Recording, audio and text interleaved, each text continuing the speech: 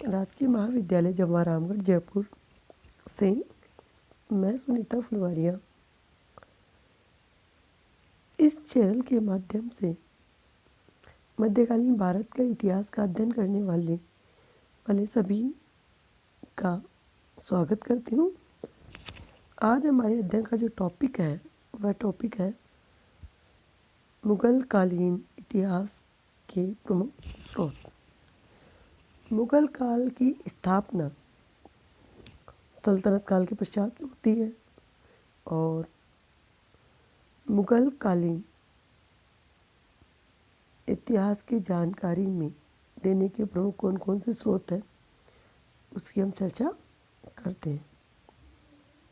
मुगल काल के इतिहास के अध्ययन के लिए विविध ऐतिहासिक स्रोत हैं जिसमें विविधता भी है। सल्तनत काल के स्रोतों की लगभग सभी श्रेणियां मुगल काल में भी उपलब्ध है।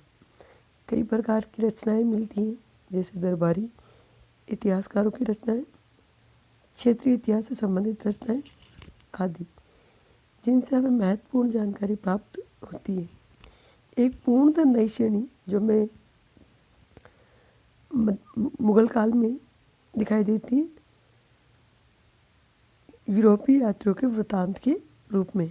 मुगल कालीन इतिहास लेखन की परंपरा भी सल्तनत काल से भिन्न है। मुगल कालीन इतिहास की जानकारी के प्रमुख स्रोत निम्नलिखित हैं। बाबरनामा। बाबरनामा का जो दूसरा नाम है वह तुजुक-ए-बाबरी। इस ग्रंथ का लेखक मुगल साम्राज्य का संस्थापक स्वयं बाबर है। यह एक तरह से उसकी आत्मकथा है। ऐतिहासिक दृष्टि से यह एक बहुत महत्वपूर्ण ग्रंथ है।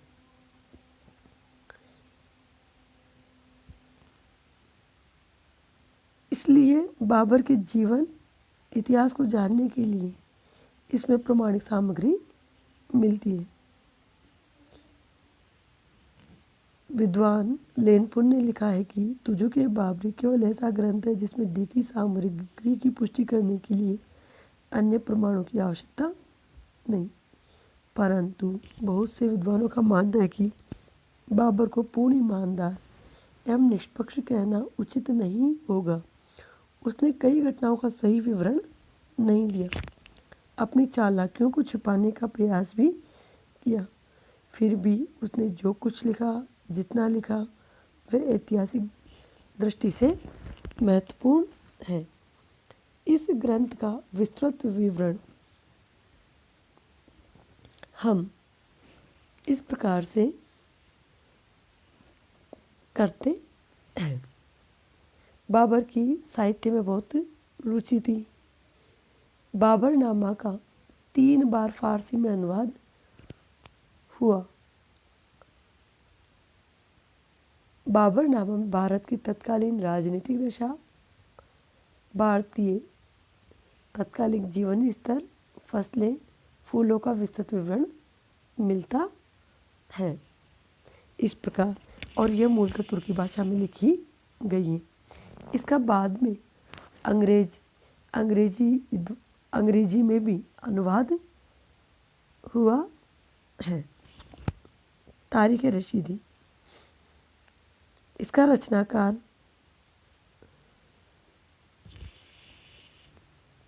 बाबर का चचेरा भाई मिर्जा हैदर है।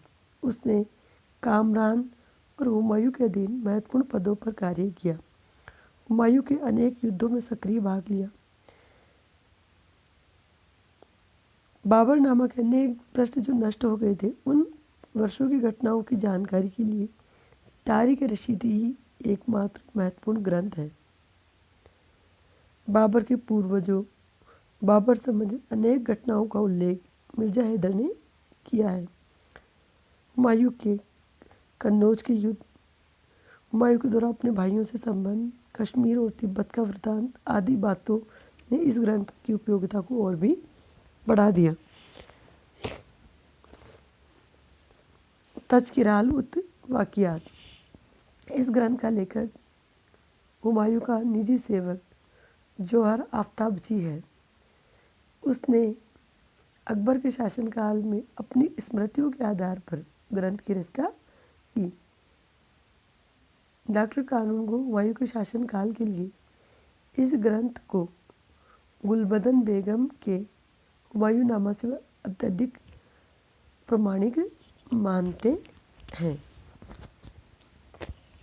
इलियट और डाउसन ने भी लिखा है कि जोहर के द्वारा दिए गए संस्मरण सच्चाई ईमानदारी के साथ लिखे हुए प्रतीत होते, परंतु यह बात अवश्य है कि हुमायूं की घटनाओं का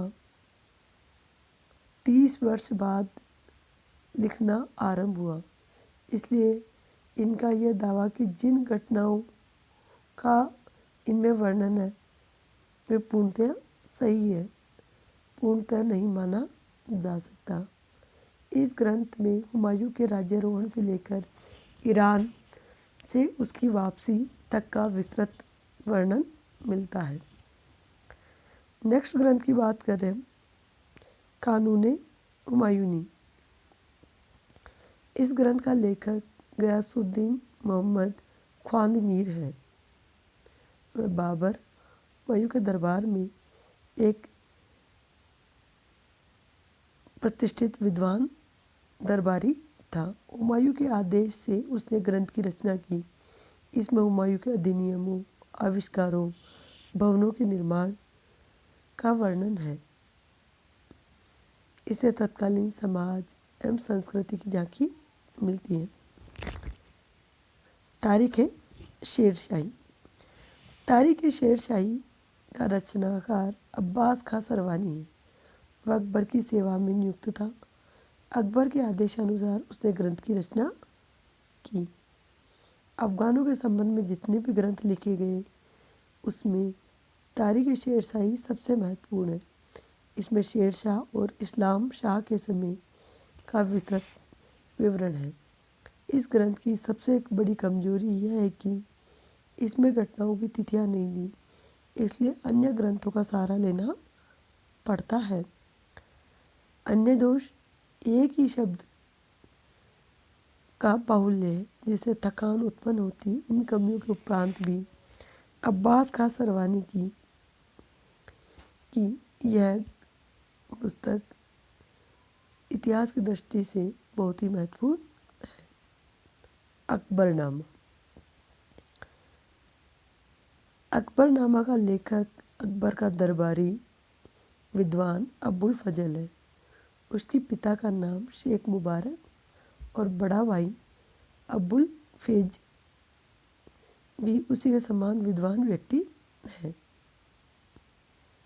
इस विशाल ग्रंथ को हम 2 भागों में विभाजित कर सकते हैं और प्रथम भाग को भी 2 हिस्सों में विभाजित किया जा सकता है, अर्थात पूरा ग्रंथ 2 भागों में और जो इसका पहला भाग है वो भी 2 भागों में। पहले भाग के 2 भागों में अकबर का जन्म, तिमूरियों की वंशावली, बाबर हुमायूं के राज्यारोहण का विवरण और दूसरे में अकबर के सिंहासन रोहण से लेकर 17 वर्ष के मध्य तक का हाल का विवरण है। यह भाग 1596 तक पूरा हो पाया था। दूसरे भाग में अकबर के शासनकाल के 17वें वर्ष से लेकर 46वें वर्ष तक का उल्लेख है। अबुल फजल के बाद प्रथम भाग के दोनों हिस्सों को अलग अलग करके नकल किया जाने लगा और उन्हें अकबरनामा भाग 1 और 2 के नाम से पुकारा जाने लगा।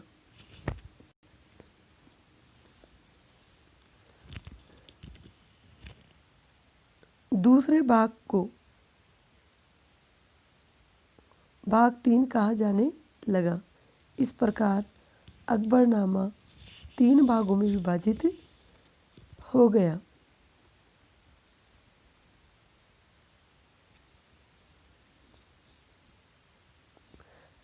अबुल फजल अकबर का दरबारी विद्वान ही नहीं अपितु उसका घनिष्ठ मित्र, सलाहकार भी था। वह तुर्की, अरबी, फारसी, संस्कृत का विद्वान था। उसने राजनीति, नैतिकता, दैनिक आचार विचार, धर्म संबंधी अनेक पत्र लिखे। दर्शन, साहित्य, इतिहास तथा अन्य शास्त्रों का वह मर्मज्ञ विद्वान था। उसकी भाषा जटिल और आडंबरपूर्ण है। अकबरनामा के ऐतिहासिक महत्व पर विद्वानों ने अलग अलग मत व्यक्त किए हैं। स्मिथ के अनुसार इसमें ऐतिहासिक सामग्री, उबा देने वाली आलंकारिक भाषा के बोझ से दफनाई पड़ी है और ग्रंथकार, जो अपने नायक का एक लज्जाजनक चाटुकार भी है, कभी कभी सत्य को छुपा देता है, यहाँ तक कि जानबूझकर विकृत भी कर देता है। फिर भी अकबरनामा अकबर के शासनकाल के इतिहास की आधारशिला मानी जानी चाहिए। कुछ इतिहासकारों ने अबुल फजल की चाटुकारिता के कारण अकबरनामा की प्रामाणिकता पर भी संदेह व्यक्त किया है, परंतु इन सब के विपरीत बलोचमैन का मानना है कि इस ग्रंथ के दोषारोपण निर्मूल है। वस्तुतः यदि अकबरनामा के शब्द आडंबर को दूर कर दिया जाए तो उसके ऐतिहासिक महत्व के बारे में कोई संदेह नहीं। इतिहास के साथ साथ अकबरनामा से समकालीन राजनीति पर भी प्रकाश पड़ता है। प्रत्येक महत्वपूर्ण घटना के साथ साथ छोटी छोटी प्रस्तावनाएं भी दी गई है। इस ग्रंथ से अकबर के धार्मिक विचारों, नीति के बारे में पर्याप्त ज्ञान मिलता है। आईने अकबरी, यह अबुल फजल की दूसरी कृति। वास्तव में यह ग्रंथ अकबरनामा के अंतिम भाग एवं निर्णायक अध्यायों के रूप में है। फिर भी उसमें कई नवीन एवं विशिष्ट बातें हैं जो अकबरनामा में नहीं। हमें अकबरनामा का परिशिष्ट के रूप में इसे कह सकते हैं। इस ग्रंथ के भी 3 भाग हैं। अकबर की शासन प्रणाली की जानकारी की दृष्टि से एक बहुत महत्वपूर्ण रचना है। इस महत्व की चर्चा करते हुए इतिहासकारों ने लिखा है कि उस समय की राजनीतिक संस्थाओं के संबंध में आईने अकबरी आज तक हमारा अप्रतिम स्रोत है।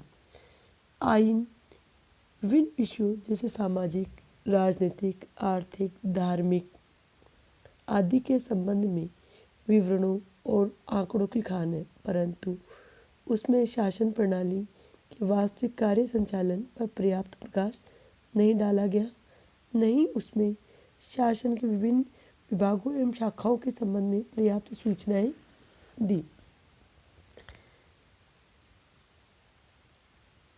आइन के तीसरे भाग में हम हिंदू सभ्यता और दर्शन का वर्णन है। इसी के साथ अकबर की कुछ सूक्तियाँ भी है। अबुल फजल के वंश का वर्णन भी जोड़ दिया गया। संक्षेप में आइन अकबरी एक प्रकार से अकबर के शासन के विभिन्न अंगों का विस्तृत ब्यौरा है। आइन अकबरी के पश्चात हम जो दूसरा ग्रंथ लेते हैं वह मुंतखब उत-तवारीख। इसका रचनाकार अकबर का समकालीन अब्दुल कादिर बदायूनी है।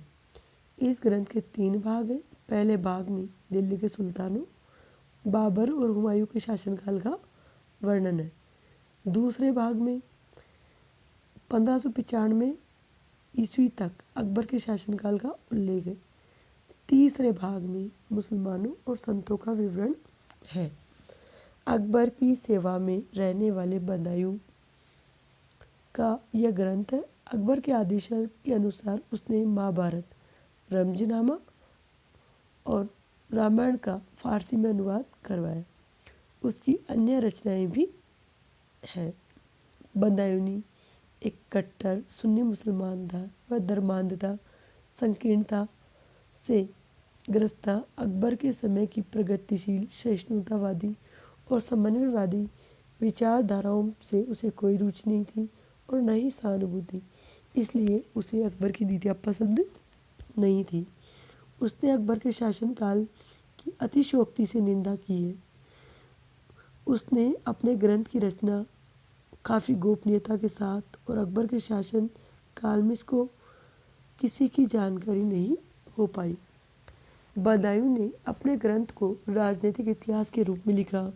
उसमें युद्धों और विद्रोह का विस्तृत विवरण है। प्रशासनिक व्यवस्था का भी उल्लेख है। अकबर के शासनकाल की घटनाओं, अकालों की भी जानकारी इसमें मिलती है। अकबर के धार्मिक नीति के विकास के संबंध में प्रत्येक घटना का विवरण, इबादत खाना में हुए वाद विवादों का उल्लेख भी इसमें है।